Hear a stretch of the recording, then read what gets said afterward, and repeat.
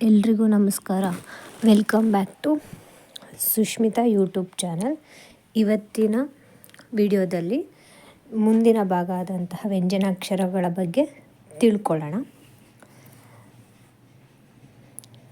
ಇದು ಎರಡನೇ ವಿಧ ವರ್ಣಮಾಲೆಯಲ್ಲಿ ವ್ಯಂಜನಾಕ್ಷರಗಳು.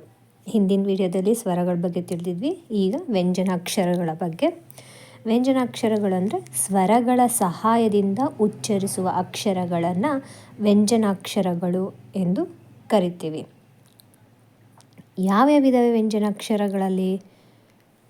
ಕ, ಖ, ಗ, ಘ, ಞ, ಚ, ಛ, ಜ, ಝ, ಞ, ಟ, ಠ, ಡ, ಢ, ಣ, ತ, ಥ, ದ, ಧ, ನ, ಪ, ಫ, ಬ, ಭ, ಮ, ಯ, ರ, ಲ, ವ, ಶ, ಶ, ಸ, ಹ, ಳ.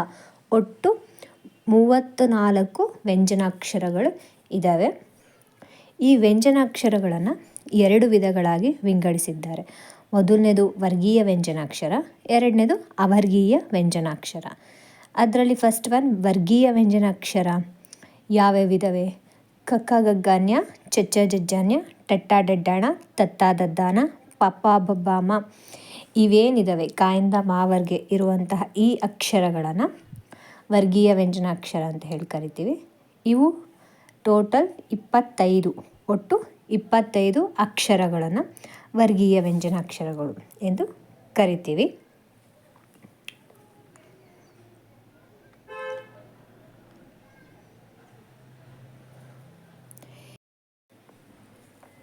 ಈ ವರ್ಗೀಯ ವ್ಯಂಜನಾಕ್ಷರಗಳನ್ನು ಮತ್ತೆ 3 ವಿಧಗಳಾಗಿ ವಿಂಗಡಿಸಿದ್ದಾರೆ.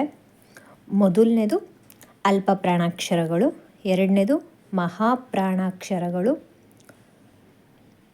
ಮತ್ತು ಮೂರನೇದು ಅನುನಾಸಿಕ ಅಕ್ಷರಗಳು.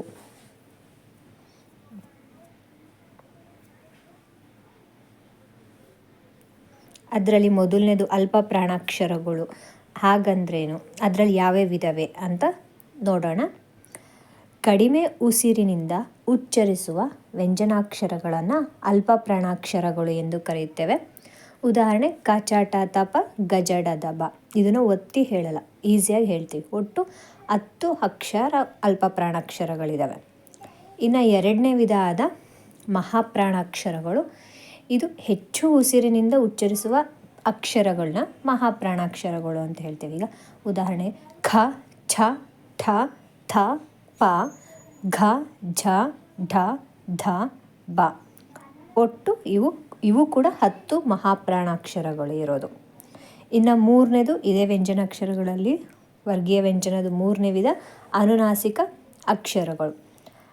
ಮೂಗಿನ ಸಹಾಯದಿಂದ ಉಚ್ಚರಿಸುವ ವ್ಯಂಜನಾಕ್ಷರಗಳನ್ನು ಅನುನಾಸಿಕ ಅಕ್ಷರಗಳು ಅಂತ ಹೇಳಿ ಕರಿತೀವಿ. ಲಾಸ್ಟ್ ಇದಾವಲ್ಲ ನ್ಯ, ನ್ಯ, ನ, ನ, ಮ, ಈ ಕೊನೆಯ ಲೈನಲ್ಲಿರುವಂತಹ 5 ಅಕ್ಷರಗಳನ್ನ ಅನುನಾಸಿಕ ಅಕ್ಷರಗಳು ಎಂದು ಕರಿತೀವಿ. ಯಾರಿಗೆಲ್ಲ ಈ ಮಾಹಿತಿ ಇಷ್ಟ ಆಯಿತು ಅವರೆಲ್ಲ ಈ ವಿಡಿಯೋನ ಲೈಕ್ ಮಾಡಿ, ನನ್ನ ಚಾನೆಲ್ನ ಸಬ್ಸ್ಕ್ರೈಬ್ ಮಾಡಿ ಹಾಗೂ ಶೇರ್ ಕೂಡ ಮಾಡಿ. ಹೆಚ್ಚಿನ ಮಾಹಿತಿಯೊಂದಿಗೆ ಮುಂದಿನ ವಿಡಿಯೋದಲ್ಲಿ ಸಿಗ್ತೀನಿ. Thank you for watching. ಧನ್ಯವಾದಗಳು.